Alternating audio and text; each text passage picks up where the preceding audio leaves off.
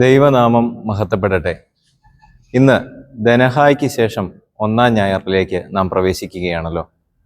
വിശുദ്ധ സുവിശേഷ ഭാഗം മത്തായി ശ്ലീഹ എഴുതിയ സുവിശേഷം 4-ാം അധ്യായം 12 മുതൽ 22 വരെയുള്ള ഭാഗങ്ങളാണ്.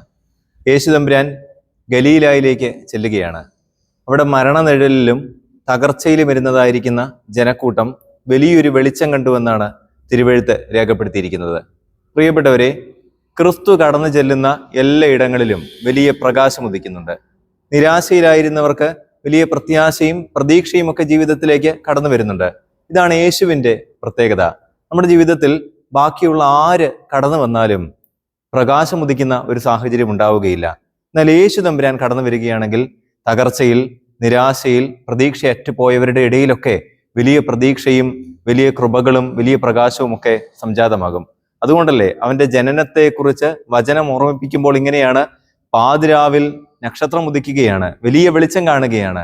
എന്നാൽ യേശു തമ്പുരാന്റെ മരണത്തെക്കുറിച്ച് വചനം രേഖപ്പെടുത്തുമ്പോൾ നട്ടുച്ച നേരത്ത് സൂര്യൻ ഇരുണ്ടു പോവുകയാണ്. യേശു ഉണ്ടോ? അവിടെ വലിയ പ്രകാശമുണ്ട്. യേശു ഉള്ളൊരു വീട്ടിൽ, യേശു ഉള്ളൊരു ദേവാലയത്തിൽ വലിയ പ്രകാശമുണ്ടാകും. അതുകൊണ്ടാണ് താബോർ മലയുടെ മുകളിൽ അവൻ മോശയോടും ഏലിയാവിനോടും ചേർന്നിരിക്കുമ്പോൾ അവിടെയുള്ള വലിയ പ്രകാശം കാണുകയാണ് പത്രോസും യാക്കോബും യോഹന്നാനും. ക്രിസ്തുവുള്ള ഒരിടമായി തീരണം, അവിടെ വലിയ പ്രകാശമുണ്ടാകും. അതുകൊണ്ട് ഈ നാളുകളിൽ നമുക്ക് യേശുവിനെ നമ്മളിലേക്ക് ക്ഷണിക്കാം. അവനൊന്ന് കടന്നു വരട്ടെ.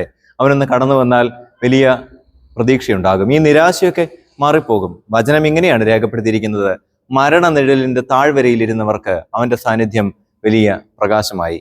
അതിനെ തുടർന്ന് തമ്പുരാൻ ശ്ലീഹന്മാരെ വിളിക്കുകയാണ്. അവരോട് പറയുന്നത് ഇങ്ങനെയാണ്: നിങ്ങൾ എന്നെ അനുഗമിക്കുക എന്ന്. ആർക്കാണ് തൻ്റെ ജീവിതത്തെ മുൻപിലേക്ക് സമർപ്പിച്ചു കൊടുത്തിട്ട് എൻ്റെ പിന്നാലെ വരുവാനായിട്ട് പറയാൻ കഴിയുന്നത്? അത്രമേൽ ചങ്കൂറ്റം ആ ജീവിതത്തിനുണ്ടായിരുന്നു, അത്രമേൽ വിശുദ്ധി ആ ജീവിതത്തിനുണ്ടായിരുന്നു. അവരോട് പറയുകയാണ്: ഞാൻ നിങ്ങളെ മനുഷ്യരെ പിടിക്കുന്നവരാക്കും. മനുഷ്യരെ പിടിക്കാനായിട്ട് വാക്കുകൊണ്ടല്ല അവരെ പഠിപ്പിച്ചത്. മനുഷ്യരെ പിടിക്കാനായിട്ട് ആയുധബലങ്ങളൊന്നും തന്നെയല്ല, മറിച്ച് മനുഷ്യനെ ദൈവത്തിങ്കിലേക്ക് ആകർഷിക്കുന്നത് സ്നേഹമെന്ന 3 അക്ഷരം കൊണ്ടാണ്. അങ്ങനെയെങ്കിൽ ഈ നാളുകളിൽ നമ്മെ അവൻ ക്രിസ്ത്യാനിയാക്കി ക്ഷണിച്ചിരിക്കുന്നത് മനുഷ്യരെ പിടിക്കുവാനാണ്. ജീവനിലേക്ക് സ്നേഹം കൊണ്ട് മറ്റുള്ളവരെ അടുപ്പിക്കുവാനായിട്ട് ഇടയാകണം. അതുകൊണ്ടല്ലേ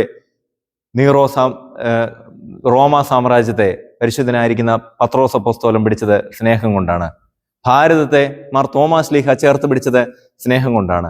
അങ്ങനെയെങ്കിൽ ഈ ചുറ്റുപാടുകൾക്ക്, നമ്മളായിരിക്കുന്ന കുടുംബത്തിന്, നമ്മളായിരിക്കുന്ന ഇടവകയ്ക്ക് സ്നേഹത്തെ പകർന്നു കൊടുത്ത് മനുഷ്യരെ നമ്മിലേക്ക് ചേർക്കാം. അപ്രകാരം ക്രിസ്തുവിലേക്ക് അനേകരെ എത്തിക്കുവാൻ നമുക്കിടയായി തീരട്ടെ. ദൈവം നമ്മെ അനുഗ്രഹിക്കട്ടെ.